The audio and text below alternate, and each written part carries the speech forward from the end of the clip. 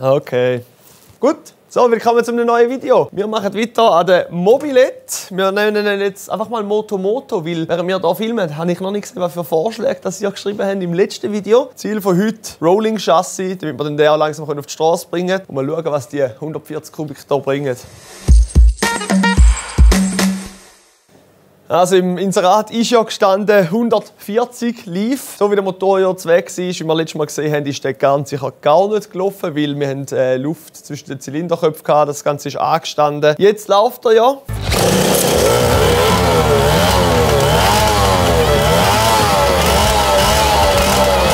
Um das Ganze auf die Straße zu bringen, fehlt ja noch so einiges. Ich bin mir noch nicht ganz sicher, was wir hier hinten machen. Ich bin mir aber schon ganz sicher, was wir da vorne machen. Und zwar hat ja das, die 140 Kubik, wie gut es läuft, wird sich herausstellen. Aber was wir sicher müssen können, bremsen. Weil wir gut müssen können bremsen, habe ich mich dafür etwas Kleines entschieden. Und ihr wisst sicher sofort, um was das geht. Scheibenbremsen. Das Ding ist mit einer Gabel, aber ohne Gabelhülm. Stop right there. Hallo! Mit dieser Gabel ohne Gabelhülm, die ist tendenziell noch ein bisschen weich.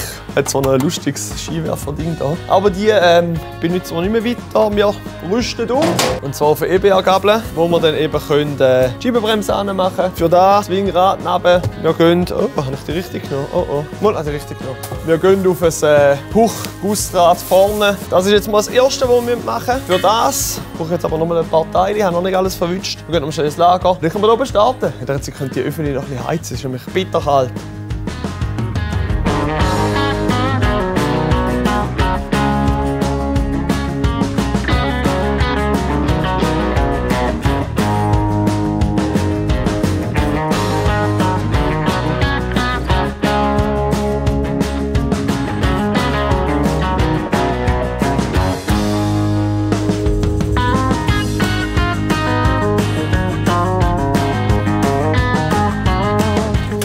Also, das ist ja ein Motobekan Mobilette irgendwas. Und der hier eine sehr gespässige Länge vom Steuerrohr. Die EBA-Gabel, haben Sie schon mal angeschaut. Die passt vom Durchmesser, kein Problem. Aber von der Länge ist das natürlich zu wenig. Also wenn wir das so anschauen, da kommt noch die Obergabelbrücke drauf. Jetzt sind wir so eigentlich schon Anschlag. Plus kommt natürlich noch das Lager unten und oben, plus die Einstellmutter. Das heisst, wir sind ja jetzt an einem Custom-Projekt und da unten hat es so viel Platz, dass ich da wieder mal auf Flex ansetzen darf. Geil!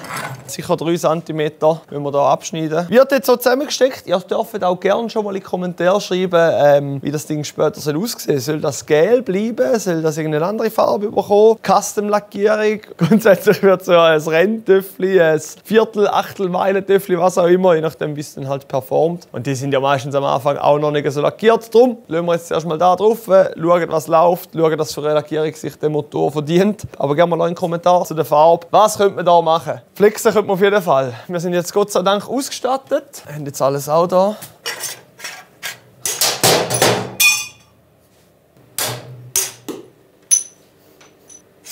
Ich jetzt gerade oben und unten, Roger, was meinst du? Ich nehme jetzt einfach unten mal so viel wie es geht und check's ab.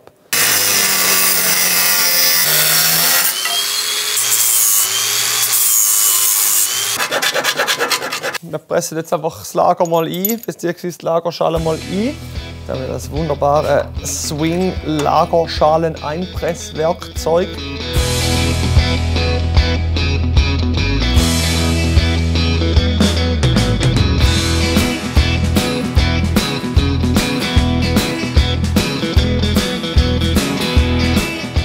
Wenn ihr euch mal ein bisschen mehr vom Roger gesehen, schreibt jetzt Roger regelt unten in die Kommentare. Gabelbrücke, bevor wir die drauf tun, nehmen wir hier gerade die Licht-Lampenhalterungen raus. Da das ein Renntöffel wird, kommt das tendenziell keine Lampen über oder wenn dann etwas Spezielles. Jetzt habe ich hier ja schon wahrscheinlich zu fest abgeschnitten und abgeschliffen. Gut, sind wir da vorsichtig gewesen. Also wenn wir hier am Customisieren sind, wie wir jetzt hier, dann passt ja auch nicht alles unbedingt. Jetzt zum Beispiel hier haben wir einen Abstand zwischen der oberen Gabelbrücke und Gabelschaftmesser. Da müssen wir jetzt nicht irgendetwas basteln. Wir haben hier im Shop auch so Distanzring. Das ist jetzt zum Beispiel 10 mm Inox-Distanzring. Da drunter tun. Und das Paste. So, wenn der dran ist, gehen wir nachher gerade über und kümmern uns mal um die Scheibenbremse. Das habe ich auch noch nie gemacht, wird aber sicher nicht so eine Hexerei sein. Die Nabe zum Gussrad, das ist eigentlich alles vorbereitet für dann die Scheibenbremse. Die Schrauben dazu, nachher zu Plug and Play. Das Ding kommt so drin rein.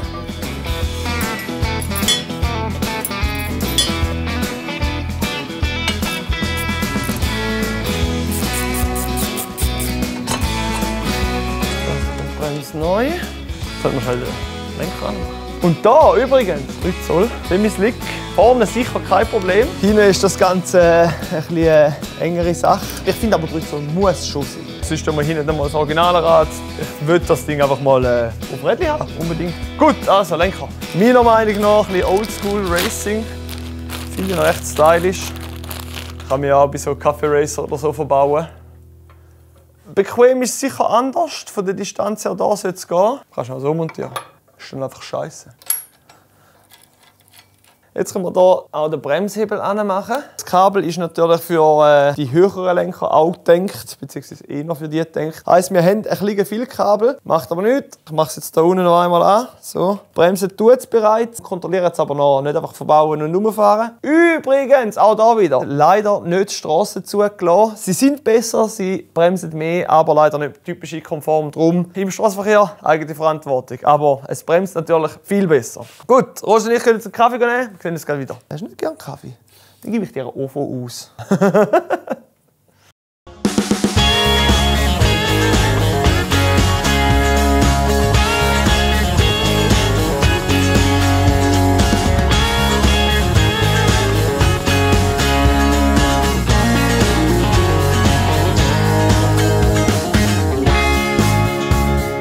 So, das Ding nimmt langsam Form an. Wir haben hier schon ein bisschen Gewitter gemacht. Es geht jetzt noch darum, den Gaszug anzuhängen. Wir haben bekanntlich 2 Vergaser und 1 Gaszug. Das heisst, wir müssen das super System, das hier schon dran war, das 2 in 1 verteilt, müssen wir jetzt hier beim Gaszug auch wieder anhängen. Hier kommen die beiden Litzen. Das ist eigentlich noch ein Smart-System hier drin. Die äußeren beiden Litzen fahren so durch. Und die dritte Litze wird dann so hier durchgeschoben und hier auch wieder mit dem ganz normalen Gaszugskabel angemacht.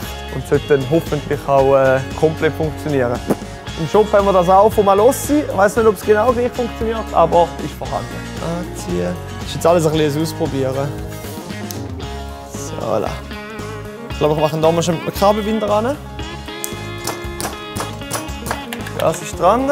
Das Ding da hinten, das muss ja irgendwie noch aufgehängt sein, wenn wir ein Rolling-Chassis haben. Darum habe ich jetzt die 2 Stoßdämpfer hier geholt. Die haben wir aus dem Weihnachtsspecial. Kompletter Maxi-Umbau in einem Tag oder so. Die nehmen wir jetzt und bauen es hier an. Ich finde es alles ein bisschen komisch, weil da ist der Stoßdämpfer oben. Ja gut, macht noch Sinn, hat aber die Stanz, wie der hier schon ansteht. Und unten ist irgendwie so ein M6-Loch und ich weiß auch nicht. Zum mal schnell rollen und vielleicht fahren. Lange sicher. Also die mal anmachen. Ich bin immer noch der Meinung, Heckumbau ist nötig. Das ist schon da, was nötig wäre. Oder? 17×3. Für da langt es jetzt aber zum Ausprobieren.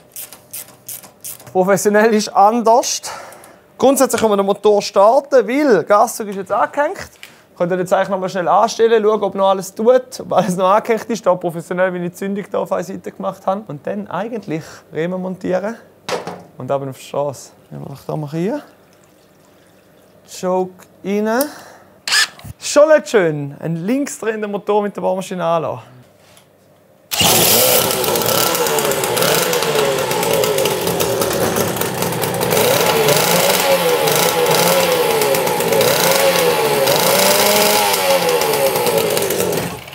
Jetzt können wir noch abstellen. Wow. Riemen an, wir sehen uns draussen. Erste Probefahrt. Wir wissen, bei Offerkult ist immer dann etwas Spezielles, wenn Kundendienst da ist. Schau, jetzt geht er. Immer so ein bisschen hinten schielen. Das heisst, es ist wieder so weit, wir machen die erste Fahrt. Ah Mann, es hat gar keinen Sattel. Ich probiere es mal schnell anrollen. Ich kann nur Vorderbremse. Nein, ich fange gar nicht an, hier zu drüllen. Probier mal rennen, wie der Togu.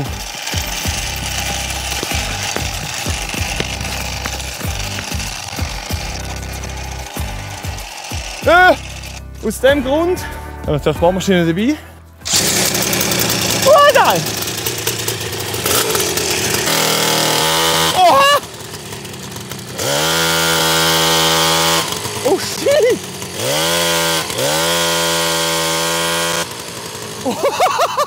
Okay, Ich habe gemeint, ich hocke jetzt auf eine lahme Krücke rauf. Aber das Ding geht Uhren ab. Was wir da das jetzt nur Vorderbremse haben, fast ein bisschen gefährlich.